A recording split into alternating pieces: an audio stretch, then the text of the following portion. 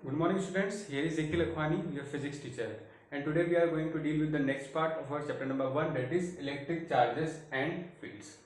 आज अपन बात करेंगे इलेक्ट्रिक फील्ड लाइंस के बारे में। इलेक्ट्रिक फील्ड मैंने आपको बता ही दिया था। अब इलेक्ट्रिक फील्ड में अपन ने क्या देखा था, वहां पे कुछ लाइंस होती थी, तो उन्हीं को अपन क्या बोलते हैं, इलेक्ट्रिक फील्ड लाइंस। क्या होती है ये? Electric field lines are imaginary lines. ठीक है, इलेक्ट्रिक फील्ड लाइंस कैसी होती है? इमेजिनरी होती है, मतलब इलेक्ट्रिक फील्ड लाइन जैसा कुछ होता नहीं है। ये एक तरीके से समझो मनगढ़ंत कहानी है। लेकिन अगर अपन इलेक्ट्रिक फील्ड लाइंस को नहीं पढ़ेंगे तो अपन आगे वाले जितने भी कॉन्सेप्ट है उनको अपन नहीं पढ़ सकते। ठीक है, तो इलेक्ट्रिक फील्ड लाइन कैसी होती है? इमेजिनरी लाइंस होती है। In a region of space time along which a free positive charge would move if allowed to do so. ठीक है, तो इस इलेक्ट्रिक फील्ड लाइन में क्या होता है कि मान लीजिए इलेक्ट्रिक फील्ड लाइन से मेरे पास, जैसे अपन ने देखा था कि ये पॉजिटिव चार्ज होता है प्लस क्यू, तो इसकी वजह से जो इलेक्ट्रिक फील्ड लाइन रहती है वो कैसे जाती है? बाहर की तरफ जाती है। इस तरीके से अपन ने देखा था ये ऑलरेडी। ठीक है, और ऐसे ही अगर नेगेटिव होती है तो उसमें कहा जाती है? अंदर की तरफ जाती है। ठीक है, अब मान लीजिए इस इलेक्ट्रिक फील्ड लाइन में ये लाइंस है, यहाँ पर अगर मैं कोई सा भी चार्ज लेके आता हूं तो चार्ज पे क्या होगा? फोर्स लगेगा। ठीक है, तो उस फोर्स की वजह से वो चार्ज क्या होगा? मूव करेगा। ठीक है, या तो अट्रैक्ट होगा इसकी तरफ या होगा इससे रिपेल होगा, तो उसकी वजह से क्या करेगा? ये मूव करेगा। तो यही यहाँ पे बताया गया है कि इलेक्ट्रिक फील्ड लाइन होती है वो इमेजिनरी लाइंस होती है in region of space time along which a free positive charge. जब यहाँ पे मैं कोई सा भी एक चार्ज लेके आऊंगा free positive charge would move, तो वहां पे वो क्या करेगा? मूव करेगा, अगर अपन उसे क्या करते हैं? अलाउ करते हैं तो ये तो हो गया अपना इलेक्ट्रिक फील्ड लाइंस। अब नेक्स्ट अपन देखते हैं इसकी प्रॉपर्टीज।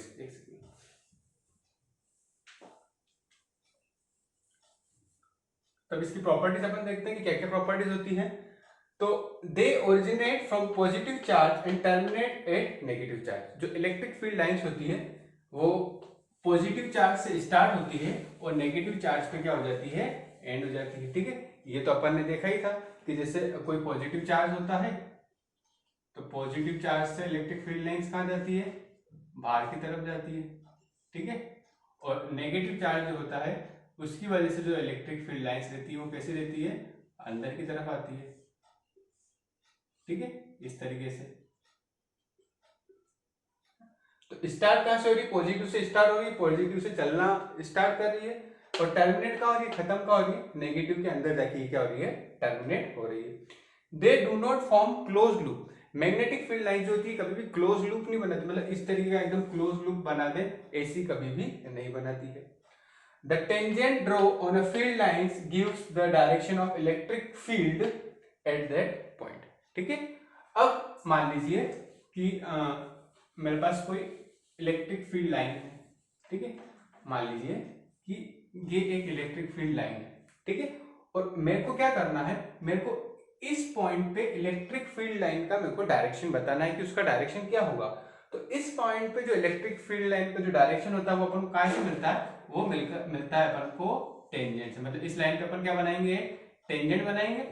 ठीक है, इस तरीके से मान लीजिए इस पॉइंट पे मैं निकाल रहा हूं, तो टेंजेंट अपन को पता होता है। टेंजेंट क्या होता है? जो किसी भी शेप को क्या करता है? सिर्फ एक ही लाइन पे, सिर्फ एक ही पॉइंट पे टच करता है। तो ये टेंजेंट क्या बताएगा? इसका डायरेक्शन बता देगा अपन को। ठीक है, नेक्स्ट देखते हैं। Two electric field line can never intersect each other. दो इलेक्ट्रिक फील्ड लाइन क्या करती है? कभी भी एक दूसरे को इंटरसेक्ट नहीं करती है। ठीक है, क्यों नहीं करती है वो अपन देखते हैं। मान लीजिए एक इलेक्ट्रिक फील्ड लाइन ये है, ठीक है, E1, और एक इलेक्ट्रिक फील्ड लाइन क्या है? ये है। ठीक है, ये हो गई E2। ठीक है, अब ये तो समझ गए। अब इंटरसेक्ट क्यों नहीं कर सकती अपन को ये देखना है। तो मान लीजिए कि इस पॉइंट पे ये इंटरसेक्ट कर रही है। ठीक है, तो इस पॉइंट पे जब वो इंटरसेक्ट करेगी तो इस वाली लाइन के लिए, इलेक्ट्रिक फील्ड लाइन के लिए क्या होगा? इसका डायरेक्शन ये हो जाएगा, और इसके लिए क्या हो जाएगा? ये हो जाएगा। मतलब यहाँ पे कितनी? दो टेंजेंट होगी। ठीक है, क्योंकि यहाँ पे इंटरसेक्ट कर रहा है, तो इस वाले के लिए तो ये टेंजेंट होगी और इस वाले के लिए ये टेंजेंट होगी। तो एक पॉइंट पे जो इलेक्ट्रिक फील्ड लाइन है उसके कितने डायरेक्शन हो जाएंगे अपने पास? दो डायरेक्शन हो जाएंगे, जो कि पॉसिबल नहीं है। इसलिए इलेक्ट्रिक फील्ड लाइन कभी भी इंटरसेक्ट नहीं करती। बहुत बार पूछा भी जाता है कि why two electric field line never intersect each other. Two electric field line never intersect each other because if they do so, अगर वो करेगी, then at the point of intersection there will be two tangent, जब तो उनके जहाँ पे वो intersect करेगी वहां पे दो टेंजेंट होगी, जिसका मतलब क्या है, that is electric field have two direction. तो वहां पे इलेक्ट्रिक फील्ड के कितने डायरेक्शन हो जाएंगे, दो डायरेक्शन हो जाएंगे, जो कि पॉसिबल नहीं है, which is not possible, therefore two electric field line never intersect each other. ठीक है, सिंपली एक बार और बोल देता हूं, two electric field line never intersect each other because at the time of at the point of intersection there will be two direction of electric field which is not possible, therefore two electric field line never intersect each other. Next देखते हैं अपन, the density relative closeness of field line gives magnitude of field। ठीक है, इसे अपन समझते हैं किसका मतलब क्या होता है। तो यूं समझिए कि यहाँ पे मैंने क्या किया, कोई चार्ज है, चार्ज की वजह से मैंने इलेक्ट्रिक फील्ड लाइंस बनाई। ठीक है, इस तरीके से मैंने इलेक्ट्रिक फील्ड लाइन बनाई। ठीक है,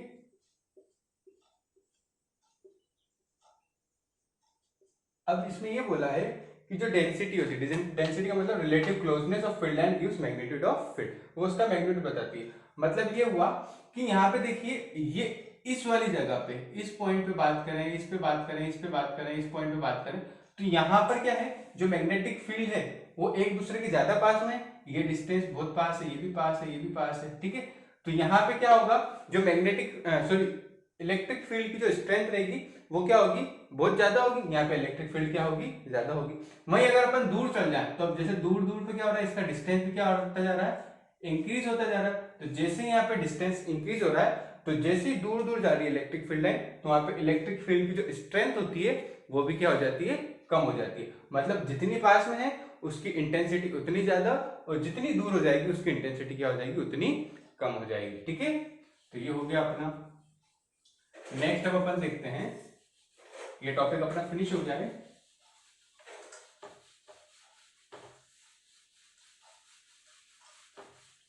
नेक्स्ट पढ़ना है अपन को इलेक्ट्रिक डायपोल के बारे में, कि इलेक्ट्रिक डायपोल क्या होता है। ये बहुत ही ज्यादा इंपॉर्टेंट टॉपिक है आपका, बहुत बार एग्जाम में इससे रिलेटेड क्वेश्चन पूछा जाता है। ठीक है, सबसे पहले अपन देखते हैं कि इलेक्ट्रिक डायपोल होता क्या है। ठीक है, तो पहले डेफिनेशन लिखते हैं अपन, two equal and opposite charges separated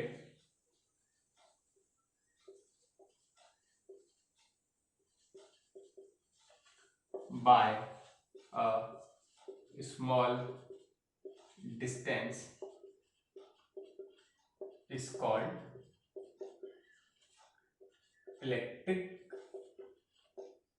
dipole। ठीक है, दो इक्वल और ऑपोजिट चार्जेस जब अपन उन्हें थोड़ी सी दूरी पर रखते हैं, स्मॉल डिस्टेंस पर रखते हैं, तो उसको अपन क्या बोलते हैं, इलेक्ट्रिक डायपोल। जैसे अपन यहाँ पे समझ लेते हैं कि मान लीजिए यहाँ पे एक माइनस क्यू चार्ज है इस पॉइंट पर, ठीक है, और इस पॉइंट पर क्या है, प्लस क्यू चार्ज है। ठीक है, तो इन दोनों के बीच का ये डिस्टेंस, ये स्मॉल डिस्टेंस से क्या है, सेपरेटेड है। ठीक है, तो इसी को अपन क्या बोलते हैं, इलेक्ट्रिक डायपोल। ठीक है, तो ये नेगेटिव चार्ज था और ये पॉजिटिव चार्ज था। क्लियर है इतना। अब नेक्स्ट इसी से रिलेटेड अपन को देखना है डायपोल मोमेंट। ठीक है, बहुत ही इंपॉर्टेंट टॉपिक है डायपोल मोमेंट। क्या होता है ये, the product of magnitude of either charge, या डायरेक्ट लिख दो, the product of magnitude of charge, ठीक है, and distance between the charges. ठीक है, किसका प्रोडक्ट लिखना है, मैग्नीट्यूड ऑफ चार्ज, मतलब किसी भी एक सिंगल चार्ज का अपन को मैग्नीट्यूड लेना है, और इन दोनों के बीच में जो भी डिस्टेंस है वो अपन को लेना है, तो उसी को अपन क्या बोलेंगे, डायपोल मोमेंट। रिप्रेजेंट करते हैं अपन इसे p से, ठीक है। होती है ये एक वेक्टर क्वांटिटी।